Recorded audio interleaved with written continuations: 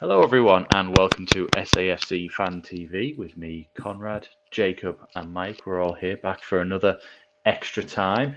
Mike, how's your day been? All right, just doing the final preparations for the old walk that we'll mention later.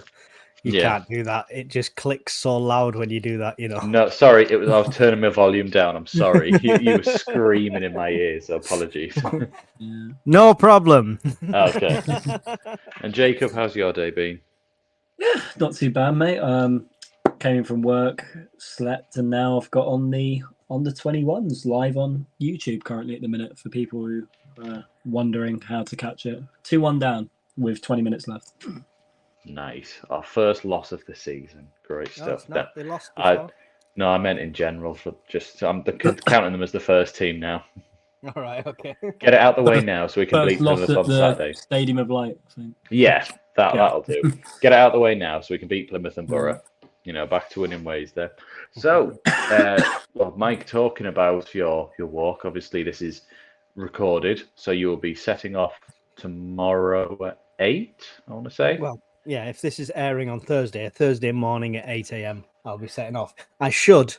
Hopefully, I've got a tent set up. I've got the burner on the go right now, and I'm making a really nice brew. And I'm not still crawling up a hill trying to get to the first checkpoint. Well, hopefully, yeah. What team? Hopefully you can jump in the comments between 7 and however long this goes on for tomorrow night, just to say you are alive, just to let people know. SOS, send help. Yeah. Just because as everyone watches this live as it premieres or shortly afterwards, Mike will be making his way from Burnley, where he lives, up to the Stadium of Light in time for Sunday afternoon. If I've just said 3 random things in the comments at this moment in time, that's my what 3 words? Send an ambulance. The big question is he using his red flares for a distress call or saving them for when we win promotion this season? Celebration light at the stadium. I know we're getting promoted, so I've got to save them, right? They've not given me a choice there. Exactly. Well, you even managed to turn Terry into an optimist, and it took you 4 weeks of the season as he's changed his prediction from 11th to 4th. Yeah. It's definitely pleasant to see the lighter side of football coming through on us pessimistic fans. Yeah, and it makes a big change from pretty much December onwards of 23 to the sort of June time of 24. Anyway. Yeah. What we'll do is go on. Sorry. For anyone watching, Conrad's coming to you from the 90s on a dial-up connection. That's why he's not moving that much. I think from the last few weeks I've tried to just not move and just so I can do this, but it might be even go. I love that you say I could do this and you're frozen on our screen at the time. I've also only just clocked as well. This goes out tomorrow, doesn't it? So we're not live today. No, we're not live. Well done. Yes, I think Michael Bowers has snuck into my house and swapped his internet out for mine, as I am. At least he's frozen solid. Yeah, well, that's a great picture. I'll clip that now. Just click on my back now. He's just turned into Mr. Roboto as well. Yeah, he needs defrosting. This is great content. This is what people pay for. So, I'm going to move on to Plymouth anyway. Tell you what's easier is, shall I just, where is it? There we go, that's easier. Your voice is just as bad. But I was wondering where Conrad's gone. Unfortunately, we're experiencing some technical difficulties. Mike joked that we just booted him off the channel. No. No, he has definitely been assimilated into a Dalek. So yeah. The bad news is you can hardly understand him. The good news is he will live forever. I thought that was the bad news. No, we love our comrade already. Mike, how's your international break going? I'm hating it now, mate. I just want club football back, to be honest. Yeah, I'm not a fan, especially when it's like it's not even a World Cup, is it, or anything like that? We're playing, if it was something significant, I could really get behind England, maybe, but Yeah, I mean, so there's other reasons behind it, but it's what summed it up for me was Declan Rice refusing to celebrate in that England game. It's like, come on, like. Listen, we've not had a decent England manager since Sam Allardyce had the whole one game in charge, or not even that, whatever it was. You know, we're always going to pick people based on wage brackets, and with that, you're going to get pretentious players. Simple. Yeah, in fact, Lee Carsley, nice bloke, but yeah, I just don't think he's that bothered himself about getting that job, to be honest. But that's a story for another time. I'm pretty sure they'll get down the FA to appointing a new gaffer soon. But yeah, at the end of the day, I think people are just after a major tournament, particularly. I think people just want to shelve international football for a tad while. I'm just glad we've got no injuries for the moment. I mean, that's the main thing, right? When it's an international break, you sat there watching Ballard and Hume and that, like, no, don't tackle him. Yeah, the cursed international break, as I used to call it back in the day. I think we've come out unscathed. I mean, touch wood, I'm pretty sure. Yeah. Has Northern Ireland played all their games now? I believe so. I'm sure they have. And what's he called? What's the... Oh, it's gone out my head. Brown. He played as well, didn't he, for Ireland? Yeah, he came off the bench on Saturday. So, I mean, that's good to see because he's an older player as well. So, it's good to see. He's still got that in him. So, if the international team is still picking him, then, you know. Yeah.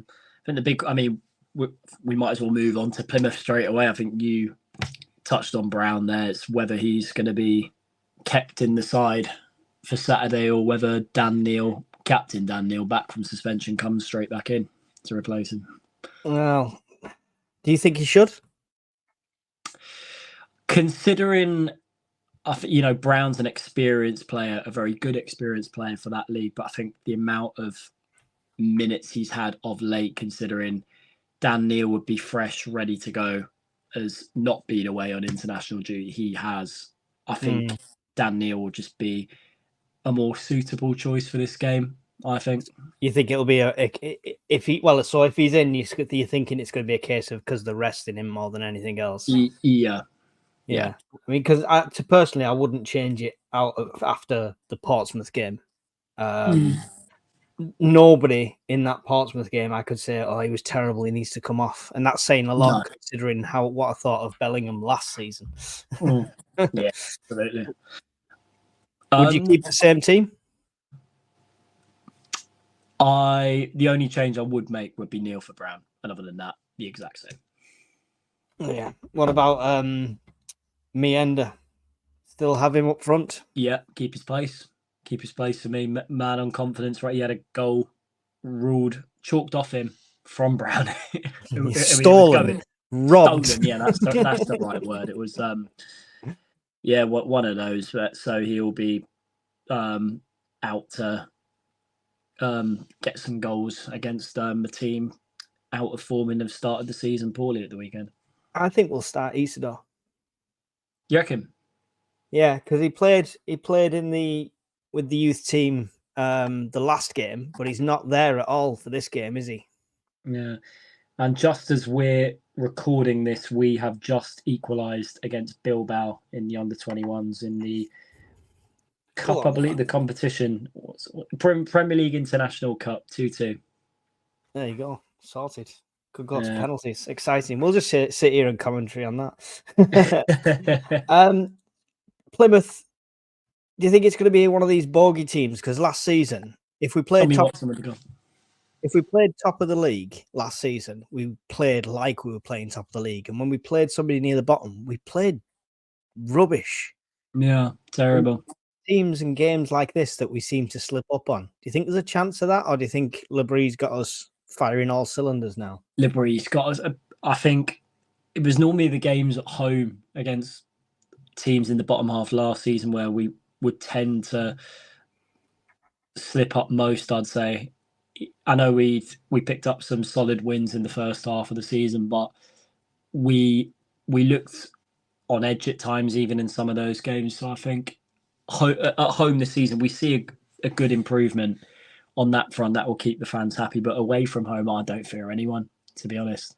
No. Particularly, I think the confidence is sky high under this manager at the minute. And I think some of the players in that squad will be licking their lips going into Saturday. looking at the opposition we're coming up against. But it'll be a Wayne Rooney team looking to prove people wrong. It will, because I mean, if you look at their results, they've not lost to like really terrible teams. It's been like Chef Wed. They drew against QPR with 10 men, you know, and Hull they drew, and they lost 1-0 to Stoke. It's been skinnier teeth kind of thing, so it might not be a high scoring game. Where I give them credit, that game against Stoke, their last league outing, they did miss a lot of chances in that. So I think over the international break, that's what they'll be looking to work on, you know, burying those opportunities when it comes to them in the final third.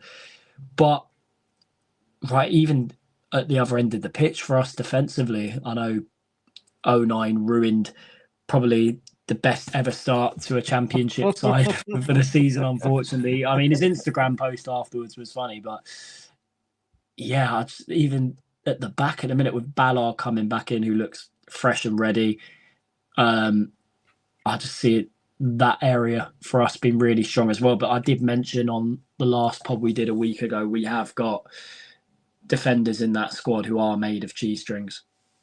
One injury away from being ruled out for about 2 to 3 months. But do you think, I mean, Elise is not injured, right, at the moment? Touch wood. He's not injured at the moment, but do you think he should have lost his place when Ballard came back straight away? It seems an odd decision when 09's not a natural centre back, you know.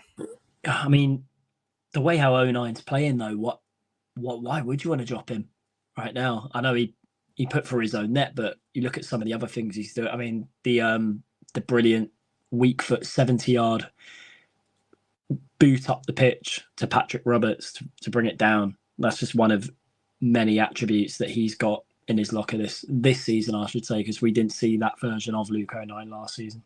Yeah. I just feel like Elise has got the bum deal out of the whole thing because he was doing well, right? He didn't do anything wrong to lose his place. True. I mean, I just feel if there is more to it, if there is a potential injury risk in there, I think he'll stick with Ballard in there.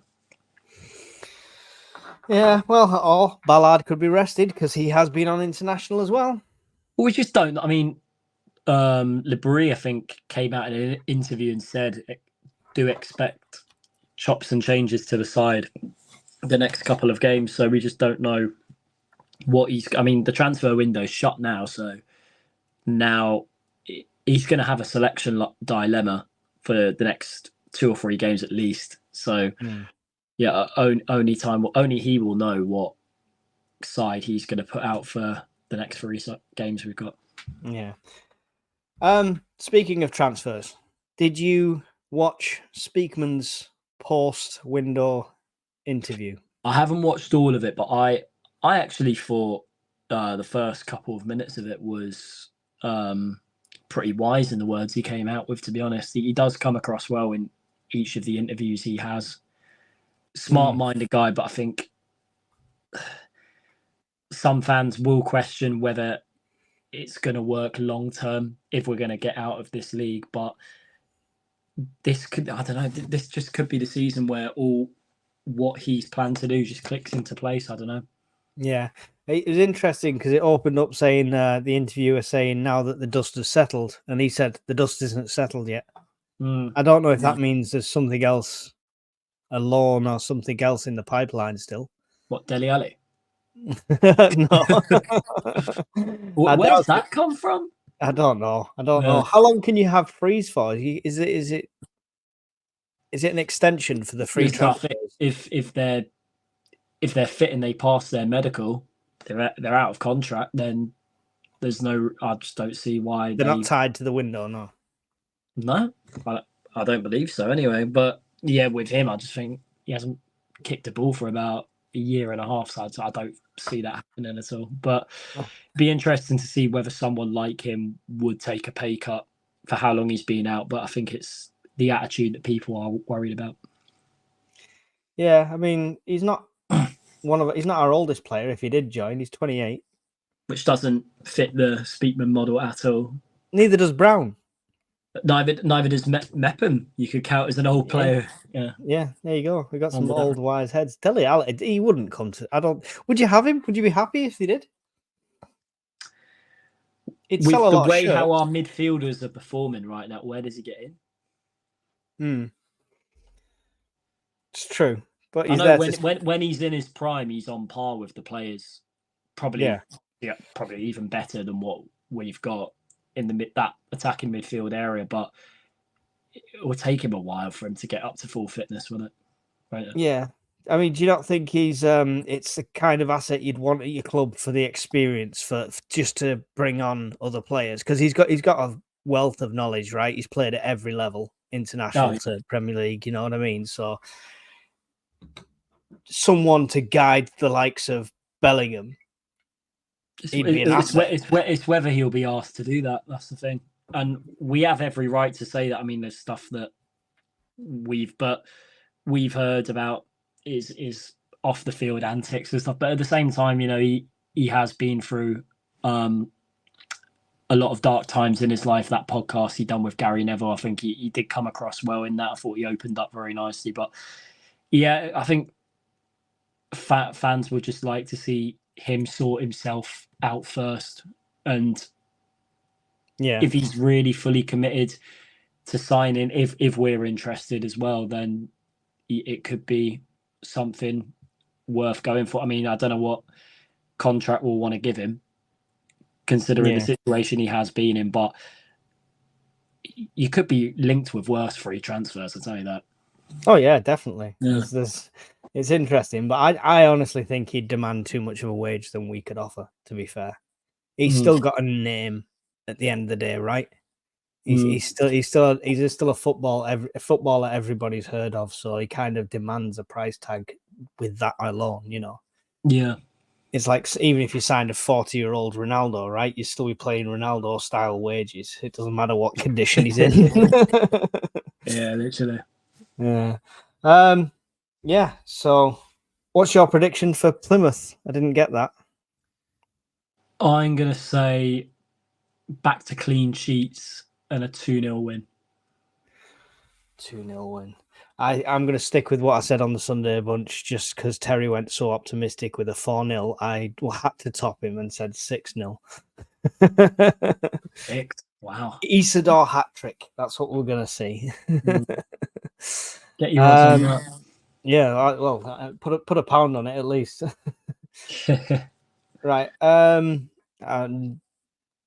just going to quickly remind people, hopefully in the comments, you'll see the link for the fundraiser for the walk I'm doing.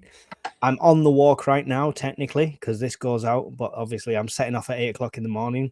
But the Just Giving page will remain open the whole time. We're up to £778, which is amazing effort from everyone. So can go higher. Go.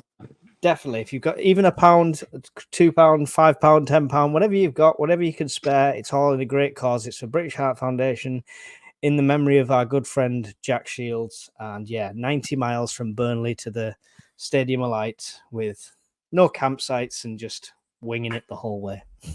There you go. So click the link, give what you can. It's I think we're done. There's nothing else to preview or talk about. It's weird with an international break, isn't it? It's drabbing it. Bring back what we love. Bring back SAFC, man. Do you think? I'll tell you what. I will ask you. Do you think? How long do you think Rooney's got if we do absolutely smash them?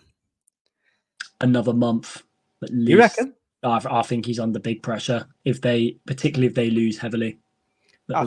Conrad was speculating he might have lost him before we played him the other week, before the break. But I don't think it's hit crisis point there just yet. But no, but he's not got the best managerial record. No, right? He's not. I mean, how long did he last at Birmingham last season?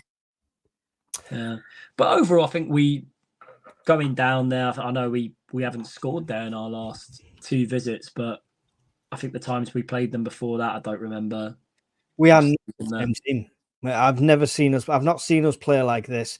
The last time I was so excited to see us play how high pressing we and how intense we are. I think Michael Gray was still on the pitch, you know. Kieran Richardson was running down the wing.